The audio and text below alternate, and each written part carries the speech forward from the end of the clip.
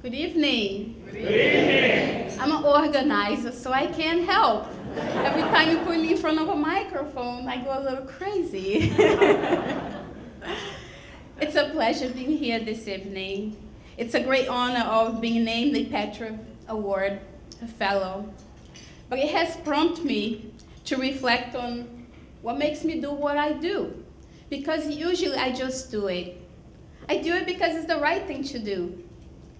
And that's the only reason. I don't spend a lot of time thinking about that. But I did so to speak with you a little bit about myself and give you a little insight about me.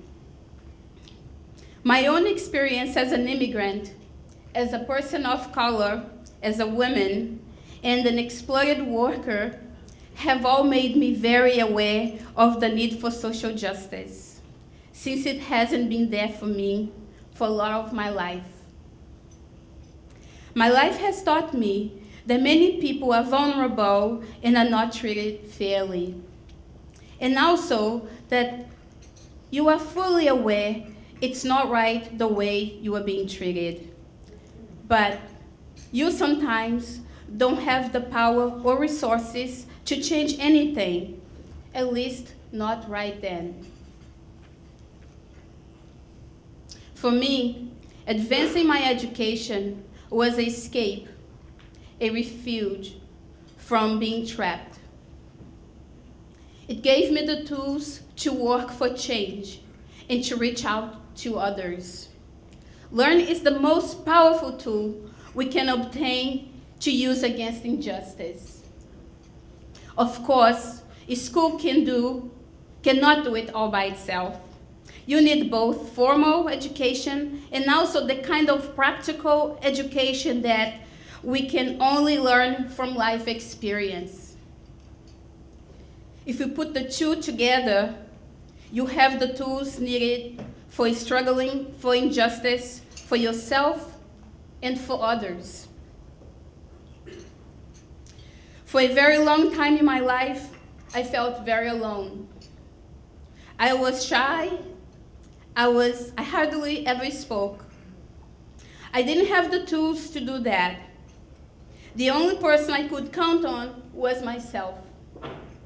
So I had to work hard, teach myself how to calm myself down, give myself confidence, and convince myself that I could change my situation and the things that were happening to me.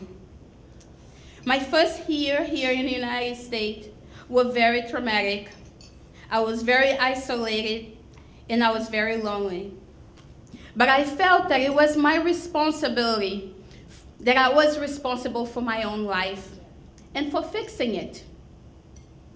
My life offered no place for any whining, and it was obvious to me that a lot of people had much bigger problems. When people finally helped me, any little thing they did for me, I always appreciated. It made a difference. The smallest gesture of kindness to you when you are in this situation is very meaningful. Today, I see people coming to the Brazilian Immigrant Center who remind me of myself back then. Many of them, they are vulnerable, marginalized, sometimes feeling lost. Sometimes they don't even know where to start. They are sometimes people who are completely drained, deprived of love, respect, and feeling of comfort and warmth, and very far from any place they could call home. Many feel that they have lost all their dignity. When they come to the center, they are surprised to find some of the human warmth, caring, and respect there. Many haven't seen it for a long time. So much can happen at the Brazilian Immigrant Center. So much power can emerge when people come together there and can grow among everyone who visits or who works there. Strength, self-confidence, and hope is constantly emerging. It has a lot to do with the kind of people who come in.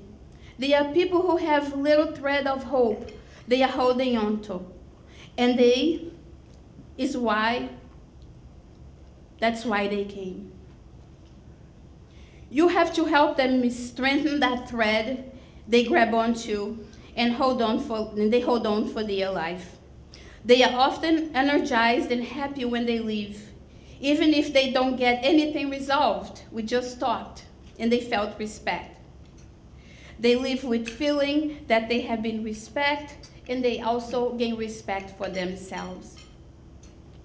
When you see others suffering, you know what they are feeling. You share something from common experiences, and what they have had. You know that you can help them learn their rights and reach out, give them a hand, and then teach them to go out there and do it themselves and do it for others.